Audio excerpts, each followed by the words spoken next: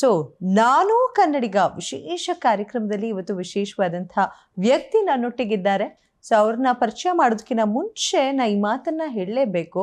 ಕನ್ನಡಕ್ಕಾಗಿ ಕೈ ಎತ್ತು, ಅದು ಕಲ್ಪವೃಕ್ಷವಾಗತ್ತೆ. ಕನ್ನಡಕ್ಕಾಗಿ ನೀನು ಕೊರಳೆತ್ತು, ಅದು ಪಂಚಜನ್ಯ ಆಗತ್ತೆ. ಕನ್ನಡಕ್ಕಾಗಿ ಬರೀ ಕಿರುಬೆರಳನ್ನ ಎತ್ತು ನೀನು, ಅದು ಗೋವರ್ಧನಗಿರಿ ಆಗತ್ತೆ ಅಂತ ಕುವೆಂಪು ಅವರ ಸಾಲನ್ನ ನೆನಪು ಮಾಡ್ಕೊಳ್ತಾ, ಸೊ ಆಕೆ ಮಾಡಿದಂತಹ, ನನ್ನ ಎದುರುಗಿರುವಂಥವ್ರು ಮಾಡಿದಂಥ ಸಾಧನೆ ಅಪಾರವಾಗಿದೆ. ಸಹಸ್ರಾರು ಜನರಿಗೆ ದಾರಿದೀಪವಾಗಿದ್ದಾರೆ.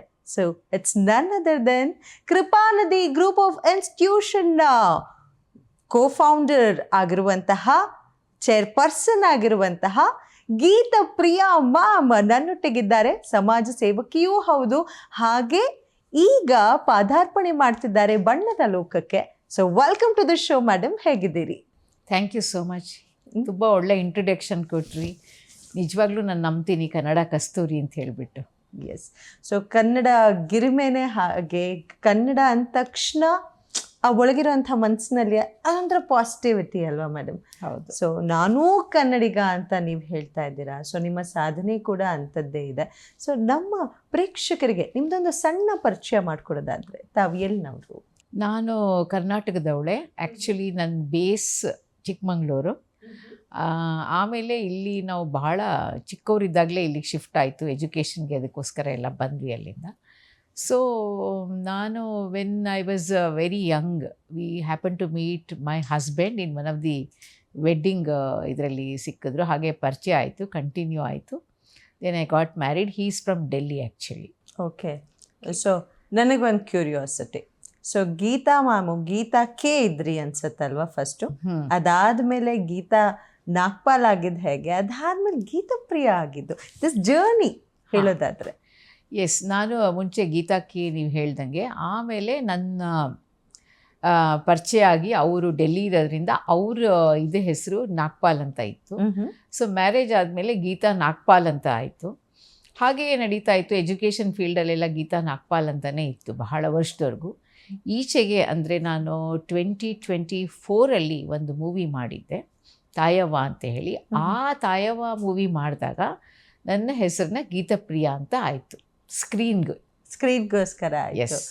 ಸೊ ಮೂಲತಃ ಕರ್ನಾಟಕದವ್ರೆ, ಮದುವೆ ಆಗಿದ್ದು ಮಾತ್ರ ಡೆಲ್ಲಿ ಮೂಲದವ್ರನ್ನ? ಹೌದು. ಸೊ ಅವರು ಕನ್ನಡ ಬರ್ತಿತ್ತಾ ಸರ್ಗೆ? ಅವ್ರಿಗೆ ಲೈಟಾಗಿ ಕನ್ನಡ ಬರ್ತಿತ್ತು. ಈಗ ತುಂಬ ಚೆನ್ನಾಗಿ ಮಾತಾಡ್ತಾರೆ. ತುಂಬ ಚೆನ್ನಾಗಿ ಮಾತಾಡ್ತಾರೆ. ಸೊ ಹೇಗೆ ಹುಡ್ಕೊಂತು ಈ ವಿದ್ಯಾಸಂಸ್ಥೆ? ವಿದ್ಯಾಸಂಸ್ಥೆ ಯಾಕೆ ಅಂತಂದರೆ, ನಮ್ಮ ಹಸ್ಬೆಂಡ್ಗೆ ಏನಾದರೂ ಎಜುಕೇಷನ್ ಫೀಲ್ಡಲ್ಲಿ ಮಾಡಬೇಕು ಅಂತ ಅನಿಸ್ತಾ ಇತ್ತು. ಫಸ್ಟ್ ಪ್ಲ್ಯಾನ್ ಮಾಡಿದ್ವಿ ನಾವು ಒಂದು tutors and, because he himself is a teacher and a principal ಆಗಿದ್ದರು. ಹಾಗಾಗಿ ಅವ್ರಿಗೆ ಮೈಂಡಲ್ಲಿತ್ತು ಒಂದು ಒಳ್ಳೆ ಎಜುಕೇಷನ್ ಮಾಡಬೇಕು. ಯಾಕೆ ಅಂತಂದರೆ ಎಷ್ಟೊಂದು ಸರಿ ಬೇರೆ ಪ್ರೊಫೆಷನ್ಸ್ ಇರೋರೆಲ್ಲ ಎಜುಕೇಷನ್ ಇನ್ಸ್ಟಿಟ್ಯೂಷನ್ ಮಾಡಿರ್ತಾರೆ. ಟೀಚರೇ ಆಗಿ ಒಂದು ಈ ರೀತಿ ನಾವು ಮಾಡೋಣ, ಒಂದು ಒಳ್ಳೆ ಥರದ ಎಜುಕೇಷನ್ ಕೊಡ್ಬೋದು, ಮಕ್ಕಳಿಗೆ ಒಂದು ಡಿಸಿಪ್ಲೀನು, ಗೈಡೆನ್ಸು, ಡೈರೆಕ್ಷನ್ ಕೊಡ್ಬೋದು, ಮತ್ತು ಅವ್ರುಗಳಿಗೆ ಯಾವ ರೀತಿ ಕಾನ್ಫಿಡೆನ್ಸ್ ಬಿಲ್ಡ್ ಮಾಡ್ಬೋದು, ಕಮಿಷನ್ ಎಲ್ಲ ಓವರಾಲ್ ಆಗಿ ನಾವು ಇದು ಮಾಡ್ಬೋದು ಅಂತ ಆಗಲಿಂದ ಮೈಂಡಲ್ಲಿತ್ತು. ಸೊ ಹಾಗೆ ಒಬ್ಬರು ಕ್ಲಾಸ್ಮೇಟ್ ಇದ್ದರು, ಧಮನ್ಗಿ ಅಂತ ಹೇಳಿ. ಅವರು ಧಾರವಾಡದವರು. ಅವರು ಕ್ಲಾಸ್ಮೇಟ್ಸು ತುಂಬ. ಅಂದರೆ ಅವ್ರ ಫ್ಯಾಮಿಲಿ ಎಲ್ಲ ನಮಗೂ ಚೆನ್ನಾಗಿ ಗೊತ್ತಿತ್ತು, ಕಾಮನ್ ಫ್ರೆಂಡ್ಸ್ ಇದ್ದರು. ಹಾಗಾಗಿ ಹೇಳಿ ಅವರು ಇಲ್ಲಿ ಇದರಿಂದ ನಾವು ಶುರು ಮಾಡೋಣ ಅಂತ ಹೇಳಿ ಮಾಡಿ ಅವ್ರ ತಂದೆ ಹೆಲ್ತ್ ಸೆಕ್ರೆಟರಿ ಆಗಿದ್ದರು. ಹಾಗೆ ಒಂದು ಸಣ್ಣದಾಗಿ ಶುರು ಮಾಡಿದಾಗ ನಾವು 7 ಜನ ನಮ್ಮ ಸ್ಟೂಡೆಂಟ್ಸ್ ಆಗಿದ್ದರು. ಬರೀ 7 ಸ್ಟೂಡೆಂಟ್ಸ್ ಇದ್ದರು ನಮ್ಮ ಹತ್ರ. ಈಗ ನಮ್ಮ ಹತ್ರ 10,000 ಸ್ಟೂಡೆಂಟ್ಸ್ ಓದ್ತಾ ಇದ್ದಾರೆ. 7 ಸ್ಟೂಡೆಂಟ್ಸಿಂದ ಶುರು ಮಾಡಿದ್ವಿ ನಾವು. ಸೊ ಹೇಗಿತ್ತು ಆ ಜರ್ನಿನ ಈಗ ಒಂದ್ಸರಿ ಮೆಲ್ಕ್ ಹಾಕೋದಾದ್ರೆ? ತುಂಬ ಈಸಿ ಆಗಿತ್ತಾ ಆ ಜರ್ನಿ, ಇಲ್ಲ ಡಿಫಿಕಲ್ಟೀಸ್ ಇತ್ತಾ? ಹೇಗಿತ್ತು ಮೇಡಮ್? ಡೆಫಿನೆಟ್ಲಿ ಡಿಫಿಕಲ್ಟ್ ಇದ್ದೇ ಇರುತ್ತೆ. ಬಟ್ ನಾವು ಯಾವುದನ್ನು ಪ್ಯಾಷನೇಟಾಗಿ ತೊಗೊಳ್ತೀವಿ, ಆ difficulty it becomes A very ಒಂಥರ ಅಡ್ವೆಂಚರ್ ಥರ ಆಗೋಗುತ್ತೆ, ಥ್ರಿಲ್ಲಿಂಗ್ ಆಗುತ್ತೆ. Challenge also becomes A very beautiful feeling ಅವಾಗ. ಯಾಕೆ ಅಂತಂದರೆ ನಾವು ಮಾಡ್ತಿರೋದು ಇಷ್ಟದಿಂದ ತುಂಬ ಖುಷಿಪಟ್ಟು ಇದನ್ನು ಮಾಡ್ತಿರೋವಾಗ ನಮಗದು ಕಷ್ಟ ಅಂತ ಅಷ್ಟು ಅನಿಸೋದಿಲ್ಲ. ಅದನ್ನು ಯಾವ ರೀತಿ ಅಚೀವ್ ಮಾಡಬೇಕು ಅಂತಲೇ ಥಾಟ್ ಬರ್ತಾ ಇರುತ್ತೆ ಹೊರತು ಇದು ಕಷ್ಟ ಅದು ಕಷ್ಟ ಅಂತ ನಾವು ಅಷ್ಟು ಥಿಂಕ್ ಮಾಡೋಕ್ಕೆ ಹೋಗಲ್ಲ. ಆಗ ಶುರು ಮಾಡಿದಾಗ ಡೆಫಿನೆಟ್ಲಿ ಕಷ್ಟ ಇತ್ತು. ಯಾಕೆ ಅಂತಂದರೆ ಒಂದು ಅಷ್ಟು ಚಿಕ್ಕ ಸ್ಟೂಡೆಂಟ್ಸ್ ಇರೋವಾಗ ಒಂದು ಅಪಾಯಿಂಟ್ಮೆಂಟ್ ಆಗಲಿ ಅಥವಾ ಅವ್ರಿಗೆ ಅವ್ರು ಬೇರೆ ಕಡೆಯಿಂದ ಇದ್ದರೆ ಅವ್ರಿಗೆ ಪ್ರೊವೈಡ್ ಮಾಡೋದಾಗಲಿ ಎಲ್ಲ ಥರನೂ ಒಂದು ಅಥವಾ ಅವ್ರಿಗೆ ಒಂದು ಫುಡ್ ನೋಡ್ಕೊಳ್ಳೋದು ಎಲ್ಲ ಥರದ್ದು ಇತ್ತು, ಒಂದು ಮೆಡಿಕಲ್ ಏಡು ಎಲ್ಲ ಮಾಡಲಿಕ್ಕೆ. ಆಮೇಲೆ ಬರ್ತಾ ಬರ್ತಾ ಜಾಸ್ತಿ ಆಗ್ತಾ ಬಂದಾಗ ಇನ್ನೂ ಜಾಸ್ತಿ ಕಾನ್ಸಂಟ್ರೇಷನು ಫುಲ್ ಟೈಮ್ ಕೊಡಬೇಕಾಯಿತು. ನಾವೆಲ್ಲ ಥರನೂ ಕೆಲಸ ಮಾಡಿದ್ದೀವಿ. ಆ ಟೈಮಲ್ಲಿ ನಮಗೆ ಸ್ಯಾಲ್ರಿ ಮಾಡಬೇಕು ಅಂತಂದರೆ ಕಷ್ಟ ಇದ್ದಾಗ ನಾವೇನು ಮಾಡಿದ್ದೀವಿ ಅಂದರೆ ಎಲ್ಲ ಕೆಲಸ ನಾನಾಗೇ ಮಾಡಿದ್ದೀನಿ, ನಮ್ಮ ಹಸ್ಬೆಂಡು ಮಾಡಿದ್ದಾರೆ. ಸೊ ನಾವಿಬ್ಬರೂ ಸೇರಿಬಿಟ್ಟು ಕಲೆಕ್ಟಿವ್ ಆಗಿ whether it is to run the canteen ಆಗಲಿ ಅಥವಾ ಸ್ಟೂಡೆಂಟ್ಸ್ಗಳಿಗೆ ಹುಷಾರಿಲ್ದಿದ್ರೆ ಒಂದು ಡಾಕ್ಟರ್ ಟ್ರೀಟ್ಮೆಂಟ್ ಕೊಡೋಕ್ಕಾಗಲಿ ಅಥವಾ ಅವ್ರಿಗೆ ಎಲ್ಲಾದರೂ ಅವರ ಹಾಸ್ಟೆಲ್ಸಲ್ಲಿ ಏನಾದ್ರು ಇಶ್ಯೂ ಇದೆ ಅಂತಂದರೆ ನಾವೇ ಹೋಗಿ ಅಟೆಂಡ್ ಮಾಡಿದ್ದೀವಿ ಎಲ್ಲ. ಹಾಗಾಗಿ ಅದರಿಂದ ಆ ಟೈಮಲ್ಲಿ ತುಂಬ ಬ್ಯುಸಿಯಾಗಿರ್ತಿದ್ವಿ. ಮತ್ತು ಬ್ಯುಸಿ ಒಂದೇ ಅಲ್ಲ,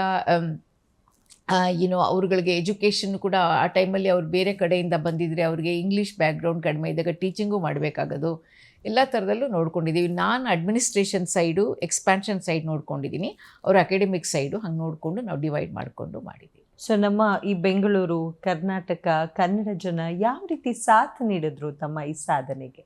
ಕರ್ನಾಟಕದ ಜನ ನಿಮಗೆ ಗೊತ್ತಿದೆ, ಎಲ್ಲ ಕಡೆ ದೇ ಆರ್ ವೆರಿ ಕೋಆಪ್ರೇಟಿವ್. ಯಾರೇ ಬರಲಿ ಎಂಥವರೇ ಆಗಲಿ ಇಲ್ಲಿ ಸಕ್ಸಸ್ ಆಗ್ತಾರೆ. ಯಾಕೆ ಅಂತಂದರೆ ಇಲ್ಲಿ ಜನ ತುಂಬ ಫ್ರೆಂಡ್ಲಿ, ತುಂಬ ಕೋಆಪ್ರೇಟಿವ್ ಮತ್ತು accommodative. They have A very large ಹಾರ್ಟೆಡ್ನೆಸ್, acceptance ಒಂದು ಫೀಲಿಂಗ್ ಇರೋದ್ರಿಂದ any people they come here, they always have A great success here.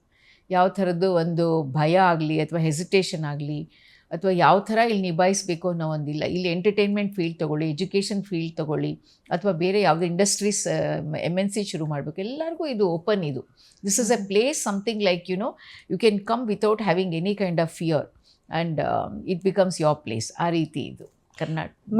ಈ ಒಂದು ದೊಡ್ಡ ಸಂಸ್ಥೆನ ಹುಟ್ಟು ಹಾಕಿದ್ದೀರಾ ಅಂದಾಗ ಬಹಳಷ್ಟು ಚಾಲೆಂಜಸ್ನ ತಾವು ಫೇಸ್ ಮಾಡಿರ್ತೀರ. ಸೊ ಯಾವ ರೀತಿಯಾದಂಥ ಚಾಲೆಂಜಸ್ ಇತ್ತು ತಮಗೆ? ತಾವು ಫೇಸ್ ಮಾಡಿದಂಥ ಚಾಲೆಂಜಸ್ ಯಾವುದಾಗಿತ್ತು ಮೇಡಮ್? ಅದೇ ಮಕ್ಕಳಿಗೆ ಎಜುಕೇಷನ್ ಬಗ್ಗೆ, ಡಿಸಿಪ್ಲಿನ್ ಬಗ್ಗೆ, ಮತ್ತು ಅವರ ಹೆಲ್ತ್ ಕೇರು ನೋಡ್ಕೋಬೇಕು, ಮತ್ತು ಅವರ ನ್ಯೂಟ್ರಿಷನ್ ನೋಡ್ಕೋಬೇಕು. Next then we have to procure a big land for giving a good facility. ಮುಂಚೆ ನಮ್ಗೆ ಅವಾಗ ಚಿಕ್ಕ ಒಂದು ಹಾಲ್ ಇತ್ತು, ಒಂದು ಆಫೀಸ್ ರೂಮ್ ಇತ್ತು, ಒಂದು ಕ್ಲಾಸ್ ರೂಮ್ ಇತ್ತು. ಅದರಿಂದ ನಾವು ಎಕ್ಸ್ಪ್ಯಾಂಡ್ ಮಾಡಬೇಕು ಅಂತಂದರೆ we have to acquire a land, ಅದನ್ನು ಕನ್ವರ್ಷನ್ ಮಾಡಬೇಕು. ದೆನ್ ಅದಾದಮೇಲೆ ಲೋನ್ ಸ್ಯಾಂಕ್ಷನ್ ಮಾಡಿಸ್ಕೋಬೇಕು. ದೆನ್ ಆರ್ಕಿಟೆಕ್ಟ್ಸ್ ಹತ್ರ ಹೋಗಿ ಪ್ಲ್ಯಾನಿಂಗ್ ಮಾಡಿ ಕನ್ಸ್ಟ್ರಕ್ಷನ್ ಮಾಡಬೇಕು. ಅದೆಲ್ಲ ಆದರೆ ತಾನೇ ನಮಗೆ ಜಾಸ್ತಿ ಸ್ಟೂಡೆಂಟ್ಸ್ ಬರೋಕ್ಕಾಗೋದು. ಆ ಕೆಲಸಗಳದಲ್ಲೆಲ್ಲ ನಾನು ಬ್ಯುಸಿ ಇದ್ದೆ ಹೆಂಗಿದ್ದಾಗ. I was doing all those things. ಹಾಗಾಗಿ ನಮ್ಮ ಕ್ಯಾಂಪಸ್ಸು 2004 ಏನೋ ಬಂತು. ಅವಾಗಿಂದ ನಮಗೆ we have more students because we can accommodate more students. ಹಾಗಾಗಿ then my husband also started a school actually. So we have a CBSE school where students are, a lot of kids are studying with us.